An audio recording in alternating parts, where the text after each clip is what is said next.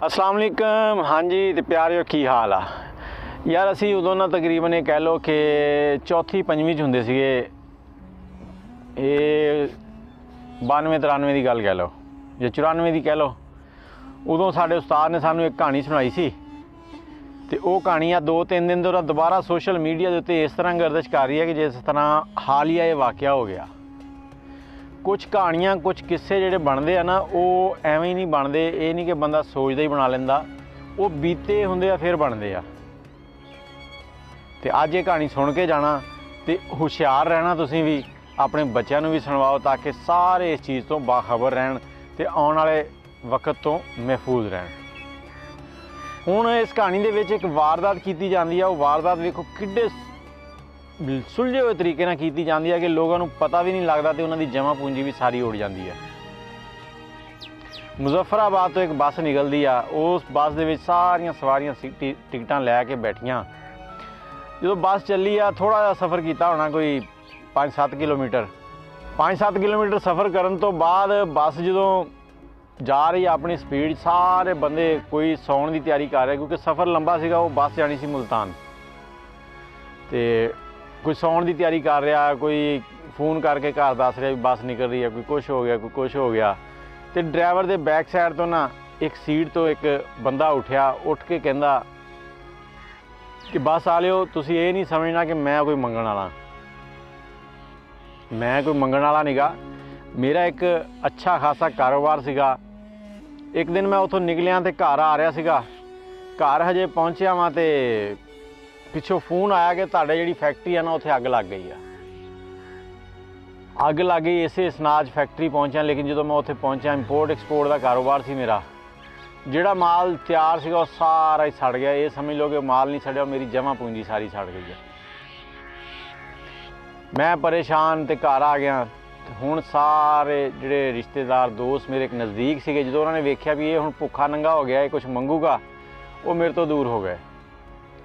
इसे टेंशन दे विच कुछ दिनों तो बाद दिल का दौरा पिया, डॉक्टर को चले गए। हुण महंगियां दवाइयां चल रही, तो डॉक्टर ने कहा टेंशन भी नहीं लैनी। तो मैं इस टाइम बहुत परेशान हाँ। मेरी सब तो वड्डी टेंशन आ मेरी सीट पर बैठी हुई मेरी बच्ची आ, जिहड़ी कि इस टाइम जवान है। तो मैं चाहता कि ये हत्थ पीले कर देवां। तो जे तुसीं कोई मेरी हैल्प कर सको तो कर दिओ, बाकी मैनू कोई मंगण वाला नहीं समझना। मैं कोई प्रोफैशनल मंगण वाला नहीं गा, मैं सिर्फ तुहाडी मदद चाह रहा। अल्लाह की राह ते खर्च करो, अल्लाह दुनिया 10 ते आखिरत 70 देगा।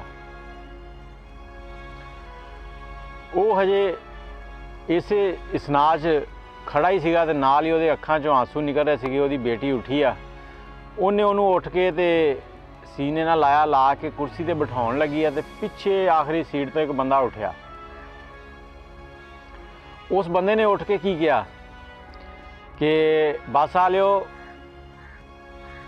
मेरे 2 पुत्तर आ, एक डॉक्टर आ वड्डा जिहड़ा उहदा विआह हो गया वा, वो माशाअल्लाह बच्चों वाला, तो छोटा जिहड़ा आ मेरे नाल ही आ, तो ये इंजीनियर बन रहा। ये इंजीनियर बन रहा, तो इंजीनियर कंप्लीट कर चुका आ। तो अगर ये भाई साहब इतराज़ ना करन तो कि मैं इन्हां दी बेटी नाल अपने बेटे का रिश्ता कर सकदा। उस बस के दरम्यान दे विच एक कारी साहब भी बैठे थे, वो नाल ही कारी साहब भी खड़े हुए। अल्हम्दुलिल्लाह माशाअल्लाह, ये तो अल्लाह ताला ने बहुत ही बाबरकत सफ़र बना दिया है। तो दोनों फरीक अगर इजाज़त दें तो मैं अगर निकाह पढ़ा दूं, मैं कारी हूँ एक मस्जिद में, मैं भी वापस जा रहा हूँ अपनी बहन से मिलने। वो बस वाले सारे वेख रहे थे, सारे दर्द भरी कहानी सुन के ना बड़े इमोशनल हो गए। उन्होंने कहा ठीक है जी, तुसीं ना कारी साहब इन्हां दोनों नूं पुछ लो, जे दोनों राजी घर आ इन्हां दा निकाह करा दो। अल्लाह वास्ते सारिਆਂ दी सुनी जाएगी, बच्ची का घर वास जाएगा, प्यो के सिर तो टेंशन लथ जाएगी, तो दोनों हसी खुशी रहणगे। कारी साहब ने जी निकाह कराया, हुण निकाह हो गया, सारे निकाह के जिहड़े फर्ज सीगे अंजाम हो गए। वो एक बंदा अगली साइड तो कलिंडर साइड तो 2-3 सीटां छड्ड के बैठा सीगा, ते वो उठिया। वो कहंदा यार मैं इत्थे मुलाजमत करदा, ਤੇ ਮੈਂ ਘਰ ਜਾ ਰਿਹਾ ਸੀਗਾ ਤੇ ਮੈਂ ਇੱਥੋਂ ਸਪੈਸ਼ਲ ਇੱਥੇ ਦੀ ਮਠਿਆਈ ਲੈ ਕੇ ਚੱਲਾ ਸੀਗਾ ਘਰ। ਤੇ ਜੇ ਹੁਣ ਤੁਸੀਂ ਸਾਰੇ ਇਤਰਾਜ਼ ਨਾ ਕਰੋ ਤੇ ਇੱਥੇ ਇੱਕ ਮੂੰਹ ਮਿੱਠਾ ਕਰਨੇ ਵਾਲੀ ਸੁਨਨਤ ਵੀ ਇਸ ਮਠਿਆਈ ਨਾਲ ਪੂਰੀ ਕਰ ਲਈਏ। ਉਹ ਸਾਰੇ ਕਹਿੰਦੇ ਜੀ ਠੀਕ ਹੋ ਗਿਆ ਜੀ। ਉਹ ਜਿਹੜਾ ਬੱਚੀ ਦਾ ਬਾਪ ਸੀਗਾ ਉਹਨੇ ਡਰਾਈਵਰ ਨੂੰ ਕਿਹਾ, ਡਰਾਈਵਰ ਸਾਹਿਬ ਅੱਗੇ ਜਾ ਕੇ ਨਾ ਕਿਸੇ ਸਾਈਡ ਤੇ ਕੋਈ ਸਹੀ ਜਿਹੀ ਜਗ੍ਹਾ ਵੇਖ ਕੇ ਸਾਈਡ ਤੇ ਰੋਕਿਓ, ਨਾਲੇ ਗੱਡੀ ਖੜੀ ਕਰਕੇ ਦਵਾ ਵੀ ਕਰ ਲਾਂਗੇ ਤੇ ਨਾਲੇ ਮਿਠਾਈ ਵੀ ਖਾ ਲਾਂਗੇ। ਅੱਗੇ ਡਰਾਈਵਰ ਗਿਆ, ਡਰਾਈਵਰ ਨੇ ਜਾ ਕੇ ਇੱਕ ਸਾਈਡ ਤੇ ਸਾਫ਼ ਜੀ ਜਗ੍ਹਾ ਵੇਖੀ, ਹੋਟਲ ਕੋਈ ਸੀਗਾ ਜਾਂ ਜੋ ਵੀ ਸੀਗਾ, ਉੱਥੇ ਉਹਨੇ ਗੱਡੀ ਰੋਕੀ ਆ। ਗੱਡੀ ਰੋਕ ਕੇ ਤੇ ਉਹਨਾਂ ਨੇ ਸਾਰਿਆਂ ਨੂੰ ਮਿਠਾਈ ਵੰਡੀ ਆ। ਮਿਠਾਈ ਵੰਡ ਕੇ ਤੇ ਸਾਰਿਆਂ ਨੂੰ ਦੁਆ ਦਾ ਕਿਹਾ। ਮੌਲਵੀ ਸਾਹਿਬ ਨੇ ਦੁਆ ਮੰਗਦੇ ਕੋਈ 3-4 ਮਿੰਟ 5 ਮਿੰਟ ਲਾਤੇ। ਉਹ ਜਦੋਂ ਦੁਆ ਖਤਮ ਹੋਈ ਨਾ ਤਾਂ ਹਰ ਬੰਦੇ ਨੂੰ ਊਂਘ ਆ ਰਹੀ ਸੀ, ਉਹ ਸੌਂ ਰਹੇ ਸੀਗੇ।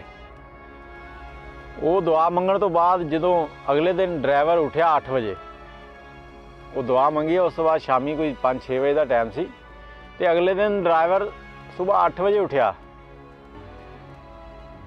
ਜਦੋਂ ਡਰਾਈਵਰ ਉੱਠਿਆ ਤੇ ਪੂਰੀ ਗੱਡੀ, ਸਵਾਰੀਆਂ ਕੋ ਨਾ ਘੜੀ, ਨਾ ਗਲੇ 'ਚ ਚੈਨ, ਨਾ ਔਰਤਾਂ ਦੇ ਕੰਨਾਂ 'ਚ ਕਾਂਟੇ, ਨਾ ਪਰਸ, ਮਤਲਬ ਜੇਬ 'ਚ ਜੋ ਜਮ੍ਹਾਂ ਪੂੰਜੀ ਸੀ, ਬੱਸ ਦੇ ਵਿੱਚ ਜੋ ਲੋਕਾਂ ਦਾ ਸਮਾਨ ਪਿਆ ਸੀ, ਕੱਪੜੇ, ਉਹਨਾਂ ਹਰ ਸ਼ੈ ਜਿਹੜੀ ਸੀ ਨਾ ਉਹ ਇਕੱਠੀ ਕਰਕੇ ਨਾ ਤਸੱਲੀ ਨਾਲ ਲੈ ਗਏ। ਹੁਣ ਇਹ 6 ਬੰਦਿਆਂ ਦੇ ਗੈਂਗ ਨੇ ਦੇਖੋ ਕਿਸ ਤਰ੍ਹਾਂ ਦੀ ਪਲੈਨਿੰਗ ਕੀਤੀ ਤੇ ਕਿਸ ਤਰ੍ਹਾਂ ਸਾਰਿਆਂ ਨੂੰ ਉੱਲੂ ਬਣਾਇਆ। ਤੇ ਇਹ ਸਟੋਰੀ ਜਿਹੜੀ ਹੈ ਨਾ ਅੱਜ ਕੱਲ੍ਹ ਦੁਬਾਰਾ ਫਿਰ ਗਰਦਿਸ਼ 'ਚ ਆ। ਜਾਂ ਤਾਂ ਲੱਗਦਾ ਕਿ ਕੋਈ ਇਸ ਤਰ੍ਹਾਂ ਦਾ ਵਾਕਿਆ ਦੁਬਾਰਾ ਹੋ ਗਿਆ, ਕਿਸੇ ਨਵੇਂ ਗੈਂਗ ਨੇ ਕੰਮ ਪਾਤਾ, ਕਿਉਂਕਿ ਜਿੰਨਾ ਵੀ ਸ਼ਊਰ ਆ ਜਾਵੇ ਇਨਸਾਨ ਕਿਤੇ ਨਾ ਕਿਤੇ ਬਹਿਕ ਜਾਂਦਾ ਤੇ ਕੋਈ ਨਾ ਕੋਈ ਗਲਤੀ ਕਰ ਪੈਂਦਾ। ਤੁਸੀਂ ਵੀ ਇਸ ਚੀਜ਼ ਤੋਂ ਖਿਆਲ ਰੱਖਿਆ ਕਰੋ। ਰਸਤੇ 'ਚ ਅਕਸਰ ਕੀ ਹੁੰਦਾ ਕਿ ਲੋਕ ਤੁਹਾਡੀ ਸੀਟ ਦੇ ਨਾਲ ਹੀ ਬੈਠੇ ਆ, ਫਰੈਸ਼ ਬਿਸਕਿਟ ਖੋਲ੍ਹਦੇ ਆ, ਬਿਸਕਿਟ ਦਾ ਪੈਕਟ, ਤੇ ਤੁਸੀਂ ਕਹਿੰਦੇ ਯਾਰ ਇਹਨੇ ਹੁਣੇ ਹੀ ਖੋਲ੍ਹਿਆ, ਇਹਦੇ 'ਚ ਕਿਹੜਾ ਕੁਛ ਹੋਣਾ। ਲੇਕਿਨ ਉਹ ਜਦੋਂ ਪਹਿਲਾ ਬਿਸਕਿਟ ਆਪ ਚੁੱਕਦੇ ਆ ਨਾ ਤੇ ਉਹ ਇਸ ਤਰ੍ਹਾਂ ਹੱਥ ਹੁੰਦਾ ਤੇ ਕਿਸੇ ਦੂਸਰੀ ਤੀਸਰੀ ਉਂਗਲ ਨੂੰ ਕੋਈ ਨਾ ਕੋਈ ਚੀਜ਼ ਲੱਗੀ ਹੁੰਦੀ ਆ। ਉਹਨੇ ਪਹਿਲਾ ਬਿਸਕਿਟ ਚੁੱਕਣ ਲੱਗੇ ਨਾ ਦੂਸਰੀ ਉਂਗਲ ਨਾਲ ਵਾਲੇ ਬਿਸਕਿਟ ਦੇ ਨਾਲ ਟੱਚ ਕਰ ਦੇਣੀ ਆ। ਸਮਝ ਗਏ ਨਾ? ਜਦੋਂ ਉਹਨੇ ਦੂਸਰੀ ਉਂਗਲ ਨਾਲ ਵਾਲੇ ਬਿਸਕਿਟ ਨਾਲ ਟੱਚ ਕਰਨੀ ਆ, ਅਗਲਾ ਬਿਸਕਿਟ ਤੁਸੀਂ ਚੱਕਣਾ, ਤੁਸੀਂ ਖਾਣਾ ਤੇ ਤੁਸੀਂ ਅਗਲੇ ਦਿਨ 8 ਵਜੇ ਉੱਠਣਾ। ਫਿਰ ਤੁਸੀਂ ਵੇਖਣਾ ਕਿ ਨਾ ਪਰਸ ਆ, ਨਾ ਮੋਬਾਈਲ ਆ, ਨਾ ਕੋਈ ਸ਼ੈ ਆ। ਤੇ ਲਿਹਾਜ਼ਾ ਇਸ ਤਰ੍ਹਾਂ ਦੀ ਚੀਜ਼ਾਂ ਤੋਂ ਬਚਣ ਲਈ ਸਫ਼ਰ ਕਰਦਿਆਂ ਹੋਇਆਂ ਕੋਈ ਵੀ ਚੀਜ਼ ਕਿਸੇ ਕੋਲੋਂ ਵੀ ਲੈ ਕੇ ਨਾ ਖਾਓ। ਇਹ ਛੋਟੀ ਜਿਹੀ ਇੱਕ ਸਟੋਰੀ ਸੀਗੀ, ਉਮੀਦ ਹੈ ਤੁਹਾਡੇ ਕਿਸੇ ਨਾ ਕਿਸੇ ਕੰਮ ਆਏਗੀ। ਬੱਚਿਆਂ ਨੂੰ ਜ਼ਰੂਰ ਸੁਣਾਉਣਾ ਤੇ ਅੱਗੇ ਸ਼ੇਅਰ ਵੀ ਜ਼ਰੂਰ ਕਰਨਾ ਫੈਮਿਲੀ ਮੈਂਬਰਸ ਤੱਕ, ਤਾਂ ਕਿ ਸਾਰੇ ਇਸ ਚੀਜ਼ ਤੋਂ ਮੁਹਤਾਤ ਰਹਿਣ। ਦੁਆਵਾਂ ਯਾਦ ਰੱਖਣਾ, ਸਾਡੇ ਚੈਨਲ ਨੂੰ ਸਬਸਕ੍ਰਾਈਬ ਕਰ ਲੈਣਾ, ਬੈਲ ਦਾ ਆਈਕਨ ਵੀ ਦਬਾ ਦੇਣਾ ਤੇ ਕਮੈਂਟ 'ਚ ਆਪਣੀ ਰਾਏ ਜ਼ਰੂਰ ਦੇਣਾ। ਅੱਲਾ ਹਾਫਿਜ਼।